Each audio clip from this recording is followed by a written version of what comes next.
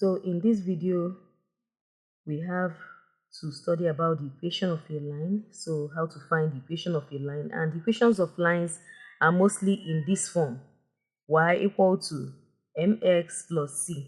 So this m is a constant, is a number that represents the gradient of the line, and then c is also a number that represents the y-intercept. That is where the line crosses the y-axis, the y-intercept of the line.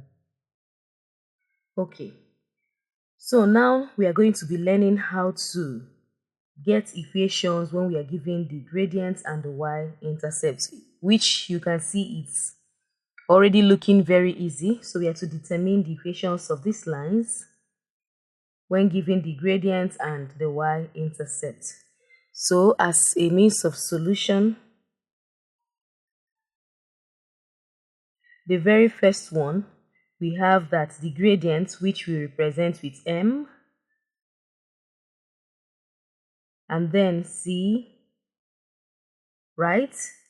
The y-intercept is c. Then remember that the equation of a line is usually written this way: y equal to mx plus c. It's already easy. Therefore, equations of the line is equal to y, m is 3, and then we now have x, right, plus c, which is 2.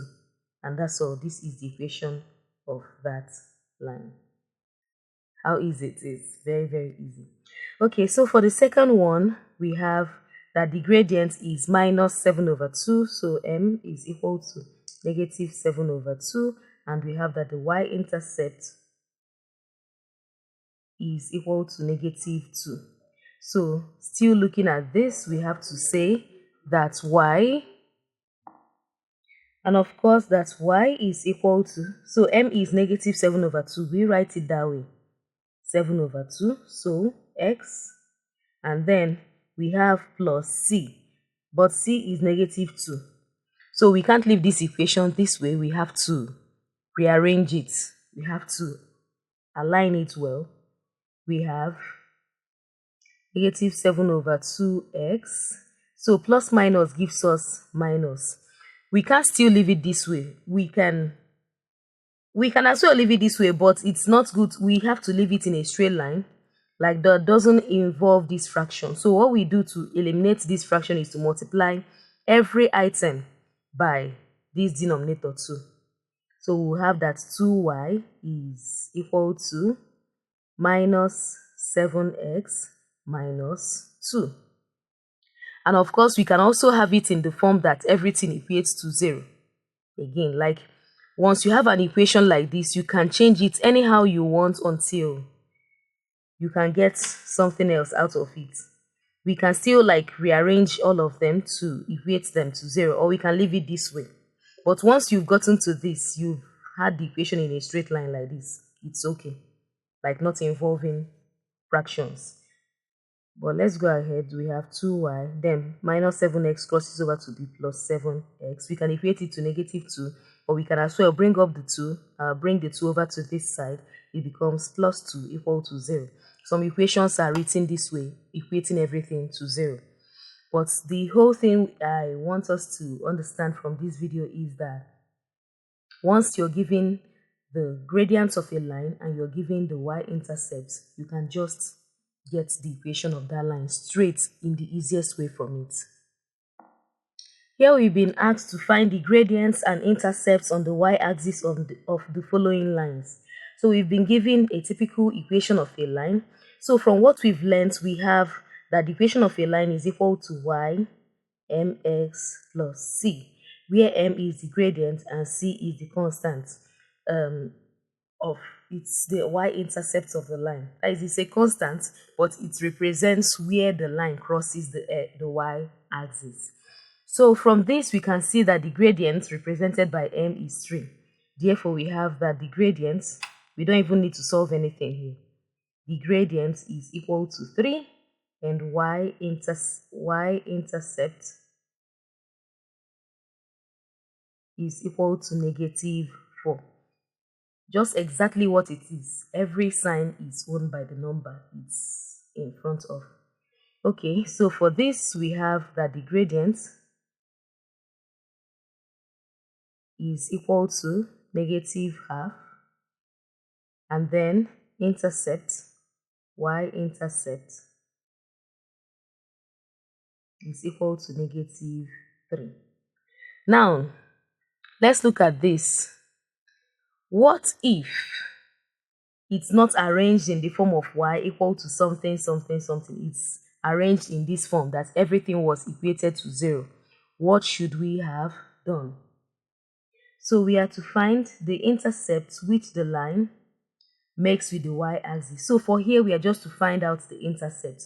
To do that, all we have to do is this equation, we take it up and we rearrange it in such a way that y is the subject of the equation. Once we do that, we can as well pick out our gradient if we needed it and our y-intercept if we so need it. So let's start with the equation. We have that 2x minus 3y minus 5 is equal to 0. So let us take up this term in y and take it over to this other side since it's negative here. So let's take it over to this other side. We have that 2x minus 5, right, is equal to negative 3y goes over to be a positive 3y. Now, to make this the subject of the formula, you have to divide everything by 3 so that it goes away, y stands alone. You divide every single item by 3. So this gives us that y, now being the subject formula, is equal to 2 over 3x minus 5 over 3. So we now have this equation in that form, that y is equal to something and something, right? So we were asked for the y-intercept, that is where the intercept which the line makes with the y-axis is of length. So whatever length it's of is starting from 0 to that point. So this is it. This is the intercept. So it's negative 5 over 3. That is the length of the line from where it meets the y-axis to 0. Okay, we have this. The next one. What is the y-intercept and the gradient of the line whose equation is this? So we have this equation in this form. Just that's the same thing we do. All we have to do, once you want to get the gradient or the y-intercept of a line, all you have to do to the equation is to make y the subject of the equation. We write down the equation: x over 5 plus y over 3 is equal to 1 over 3. Now here y is a positive value, so let's leave it where it is and then send everything across to the other side of the equation. We have that y over 3 is equal to 1 over 3 was already here. The x over 5 crosses over to be negative x over 5. Now the y, what do we do to this y to make it stand alone? What we have to do is we multiply everything in this equation by 3. So that when we multiply this by 3, the 3 cancels 3, y stands alone.